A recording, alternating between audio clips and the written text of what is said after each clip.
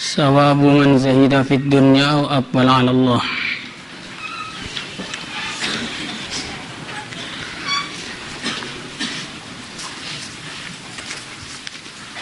Hadis 2002, cetakan baru 2002. Al-Fatihah.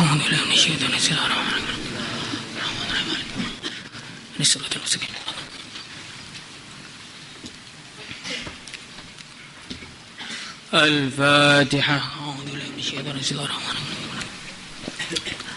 Al-Fatihah.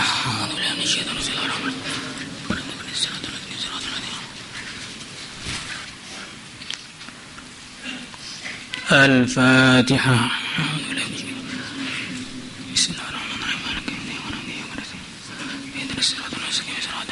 Al-Fatihah.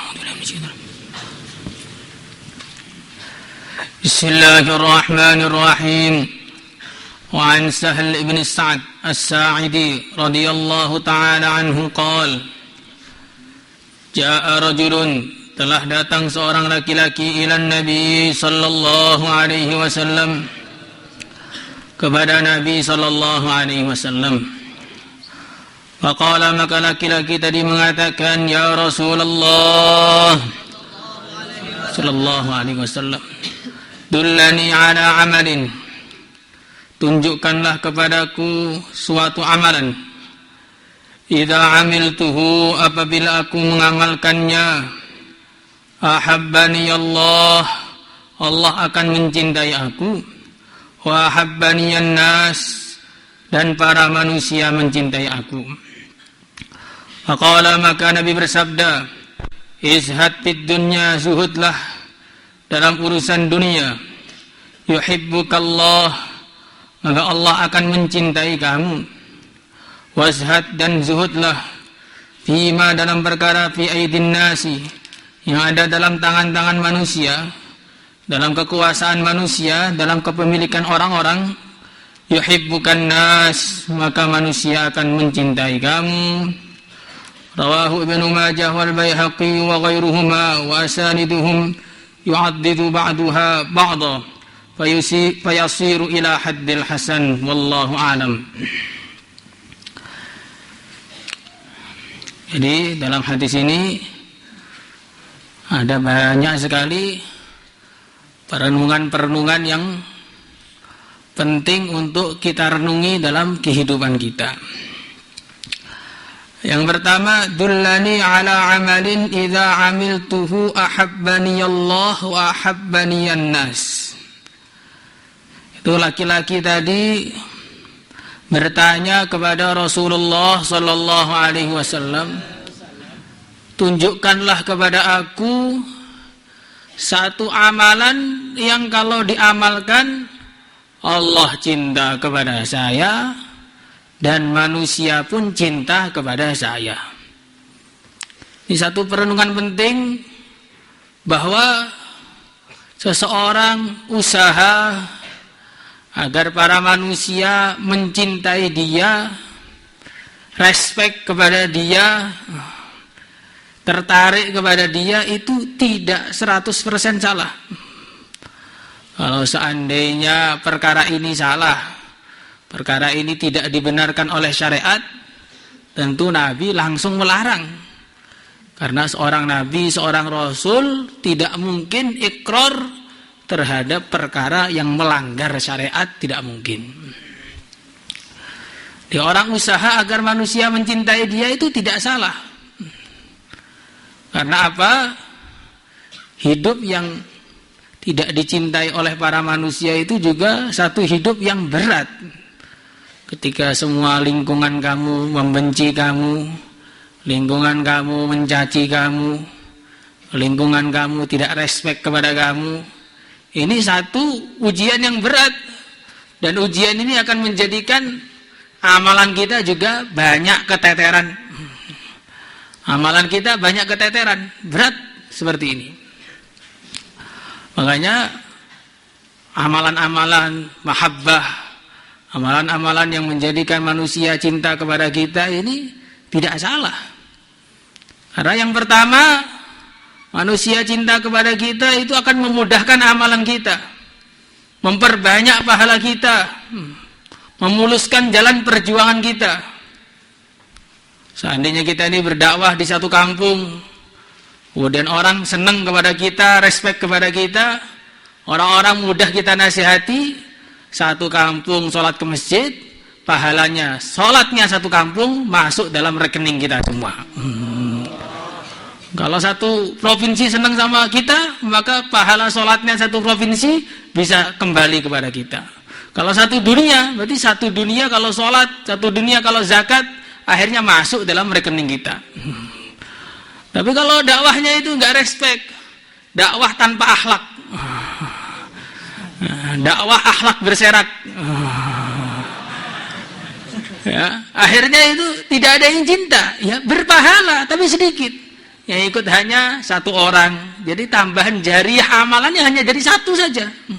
Itu pun yang satu gara-gara akhlaknya itu berserak lari juga dari dia. Sehingga akhirnya kosong, tidak punya penyambung amal sama sekali dalam kehidupannya. Sehingga ketika dia masuk kuburan, ya sudah, berhentilah semua amalannya. Yang pertama. Kemudian dicintai oleh manusia ini satu perkara yang penting juga. Ini dasarnya adalah doanya Nabi Ibrahim alaihi salatu wassalam. Waj'al af'idatan minan nasi tahwi ilaihim. Ya Allah, jadikanlah hati sebagian manusia cinta kepada anak keturunan saya. Kalau seandainya dicintai manusia itu tidak ada kepentingannya sama sekali, tentu Nabi Ibrahim tidak berdoa yang seperti itu. Ini yang kedua. Kepentingan yang ketiga, tanda seseorang itu dicintai oleh Allah, di antara tanda-tandanya adalah dicintai oleh manusia-manusia yang beriman, dicintai oleh manusia-manusia yang soleh, dicintai oleh manusia-manusia yang takwa. Dalam satu hadis riwayat Bukhari Muslim dikatakan, ketika Allah cinta kepada seorang hamba, Allah akan memanggil malaikat Jibril agar malaikat Jibril mencintainya. Kemudian malaikat Jibril akan mengumumkan kepada penduduk langit agar mencintai dia. Setelah semua penduduk langit mencintai dia, yudha'u lahul qabul fil ard, maka akan diberikan kepada dia manusia-manusia itu cinta kepada dia. Jadi jangan mesti kalau orang dicintai orang itu langsung buruk. Ini ahli riya, ahli sum'ah, ahli pamer, ini ahli cari ketenaran. Oh, enggak mesti seperti itu. Justru kadang-kadang kalau yang mencintai adalah orang-orang soleh, yang mencintai adalah orang-orang takwa, tanda-tanda Allah Subhanahu wa ta'ala cinta kepada dia juga. Mafhum? Kemudian izhad fid dunya yuhibbukallah wazhad fima fi aidin nas yuhibbukan nas. Yang kedua, baginda Nabi sallallahu alaihi wasallam dalam hadis ini menyemangatkan kita terhadap zuhud. Zuhud itu satu amalan hati yang kalau ada dalam hati kita akan menjadikan macam-macam manfaat, macam-macam kebaikan, macam-macam kemudahan dalam kehidupan kita di dunia yang sementara maupun kehidupan kita di akhirat yang selama-lamanya. Kebaikan yang pertama, ya, kebaikan yang pertama dan yang terutama, orang zuhud dicintai oleh Allah. Ini sudah mentok ini. Kalaupun tidak ada manfaat dari zuhud selain dicintai Allah, tentunya kita ini harus usaha semua untuk mendapatkan sifat zuhud ini dalam hati kita. Tapi kan Allah yang Maha Rahman, yang Maha Rahim, Maha kasih sayang kepada hamba-hambanya, tidak hanya memberikan pahala dicintai oleh Allah saja, tapi diberikan macam-macam kebaikan-kebaikan yang lain juga. Nah, selain dicintai oleh Allah, yang kedua kalinya kalau orang itu zuhud, maka hidupnya akan tenang. Orang itu kalau zuhud, hidupnya tenang karena nggak pengen apa-apa. Orang di dunia ini jadi gegana, gelisah, galau, dan merana. Apa sebabnya? Karena ada keinginan yang tidak kesampaian. Ada keinginan yang tidak kesampaian. Tapi kalau orang itu sudah zuhud, tidak cinta dunia, tidak ada keinginan terhadap dunia, ya akhirnya lihat apa-apa itu nggak pengen. Ketika lihat apa-apa nggak pengen, nggak punya pun nggak masalah. Tapi kalau orang itu nggak punya sifat zuhud, dia punya sifat toma, apa saja pengen. Wa anta idza arsalta tarfaka raida biqalbika yawman at'abatkal manadiru ra'aita alladhi kullahu anta qadiru wala ang ba'dihi anta sabiru. Jadi kalau orang itu nggak zuhud, orang itu toma, lihat apa saja pengen, akhirnya bagaimana? Akhirnya setiap hari hatinya sakit terus. Lihat orang punya mobil baru, sakit. Lihat orang punya rumah baru, sakit. Lihat orang dapat uang, sakit. Lihat orang temannya pinter, dia sakit hati. Bahkan temannya hafid Quran, dia pun sakit hati. Padahal temannya yang hafid itu nggak menyakiti dia sama sekali. Tapi karena dirinya itu toma, akhirnya lihat apa saja, sakit hati terus. Karena apa saja pengen, sedangkan tidak semua yang kita lihat bisa kita miliki. Karena ini bukan di surga. Kalau di surga pengen langsung dapat, kalau di dunia pengen langsung sakit. Beda jauh itu, beda jauh. Maka kalau orang itu bisa membuang semua kecintaan-kecintaan terhadap di dunia dalam hatinya, akhirnya hidupnya itu tenang. Kemudian yang ketiga kalinya, kalau orang itu zuhud di dunia, ya, zuhud terhadap urusan-urusan dunia, maka akhirnya sifat hasad itu otomatis hilang dari dirinya. Karena hasad itu secara bahasa apa? Keinginan agar nikmat yang ada pada orang lain itu hilang. Keinginan nikmat pada orang lain hilang dan berpindah pada dirinya itu kapan terjadi? Kalau dia masih cinta dunia. Kalau dia masih cinta kedudukan, ada orang yang prestasinya menanjak, dia sakit hati. Kalau dia masih pengen kendaraan, ada orang yang punya kendaraan baru, dia sakit hati. Kalau seleranya itu adalah selera rumah, kalau ada orang punya rumah baru, dia sakit hati. Kalau seleranya itu nanti selera makanan, ada orang dapat makanan enak, dia sakit hati. Tapi kalau zuhud, makanan juga biasa saja, sama rumah biasa saja, sama kedudukan biasa saja, akhirnya nggak pernah hasad. Hatinya itu bersih dan amalannya utuh dibawa sampai ke akhirat. Sebagaimana ngaji dulu pernah disebutkan, innal hasada ya'kulul hasanat, iyyakum bal hasad, fa innal hasada ya'kulul hasanat kama ta'kulun narul hatab. Orang hasad itu akan menghabisi amalan-amalannya. Nah, makanya kalau orang itu zuhud, tidak hasad, sehingga amalan-amalannya, sholatnya, puasanya, wiridnya, dakwahnya, istighosahnya, baca Qur'annya, semuanya utuh dibawa sampai akhirat. Tapi kalau orang nggak zuhud, akhirnya hasad, sehingga tambah ngaji, kemudian juga tambah hasad, hilanglah semua pahalanya. Perasaan dia ketika di dunia itu amalannya banyak. Saya sudah istighosah tiap hari, saya sudah begini tiap hari, sudah begitu tiap hari. Betul, tapi kamu juga hasad tiap hari, habis semua. Hasad tiap hari, habis semua jadinya. Maka orang itu zuhud tuh macam-macam pahalanya. Kemudian yang selanjutnya, ini yang hebat lagi ini. Orang itu kalau zuhud, walaupun sedikit amalan, dia akan mendapatkan ganjaran yang besar di sisi Allah.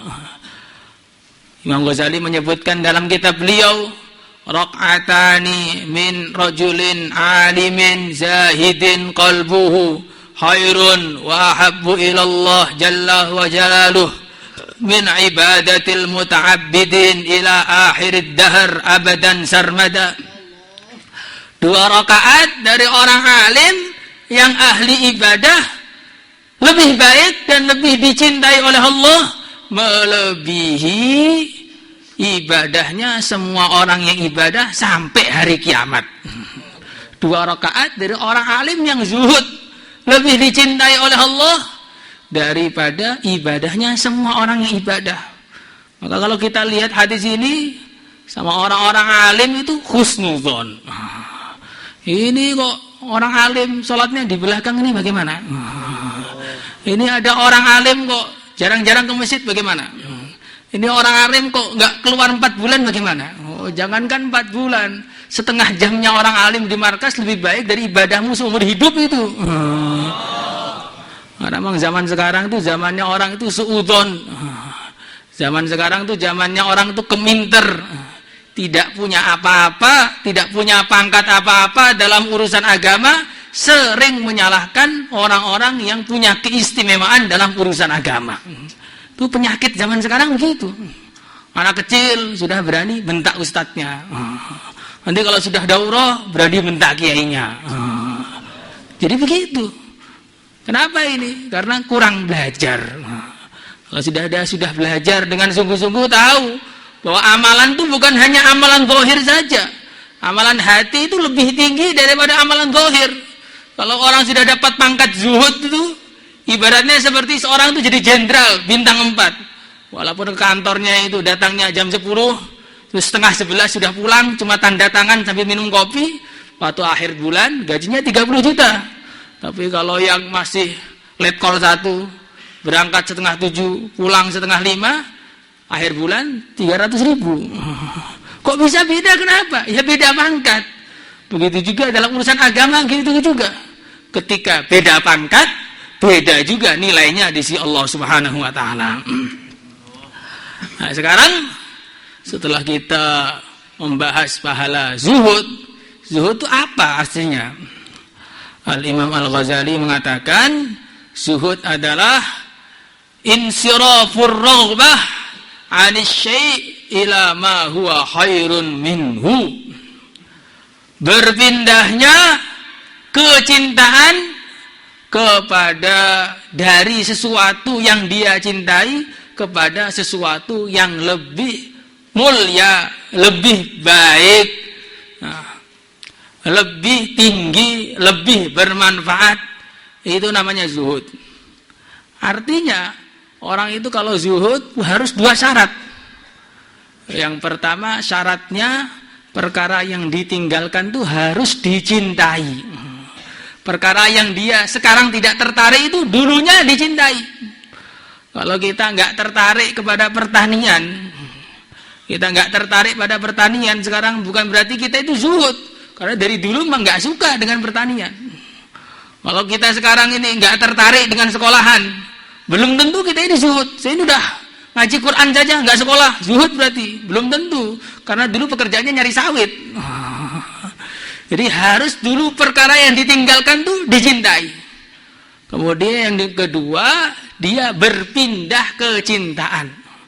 Bukan membenci dunia, tapi berpindah kecintaan. Kenapa kok berpindah? Berpindah rasa itu berpindah, bukan benci. Karena kalau orang itu benci terhadap dunia, aslinya itu dia juga masih menaruh rasa terhadap dunia itu. Seperti orang benci kepada mantan. Sebenarnya bukan dia itu benci, aslinya masih memendam perasaan, tapi karena tidak sesuai harapan, akhirnya membenci habis-habisan. Biar gak menahan malu, aslinya masih pengen, tapi gak bisa, ya gimana lagi, benci saja. Makanya orang-orang soleh itu tidak benci dunia, tapi biasa sama dunia itu biasa saja. Sama dunia itu biasa saja. Maka kita targetkan setelah tahu zuhud ini apa, maka latihannya bagaimana? Latihannya adalah bagaimana kita ini dengan datangnya dunia atau perginya dunia dari kita itu biasa saja sikapnya. Duit datang ya biasa saja, duit hilang juga biasa saja. Latihannya susah ini. Tapi kalau santri-santri yang sudah meninggalkan dunianya demi mencari ilmu agama kayaknya lebih mudah ini. Ninggalkan kebun sawitnya, ninggalkan perusahaannya, ninggalkan tokonya demi membaca Al-Quran, demi mencari ilmu agama mudah. Tapi kalau meninggalkan rumah, kemudian sampai sini masih belajar dunia lagi, susah kayaknya itu. Masih belajar ekonomi lagi, masih belajar sosiologi lagi, masih susah itu. Nah, karena dia agamanya masih dicampuri dunia, bagaimana mau zuhud? Makanya kita latihan, bagaimana kita ini datang dunia, ataupun dunia pergi dari kita, biasa tadi. InsyaAllah. Maulaya salli wa sallim daiman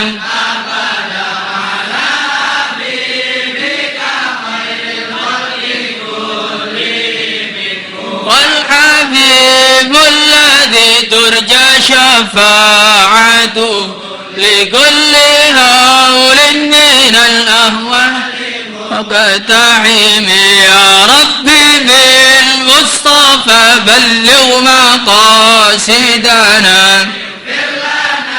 ما مضى يا واسع الكرم يا أرحم الراحمين يا أرحم الراحمين فرج على المسلمين يا عالم السر من لا تهتك الستر عنا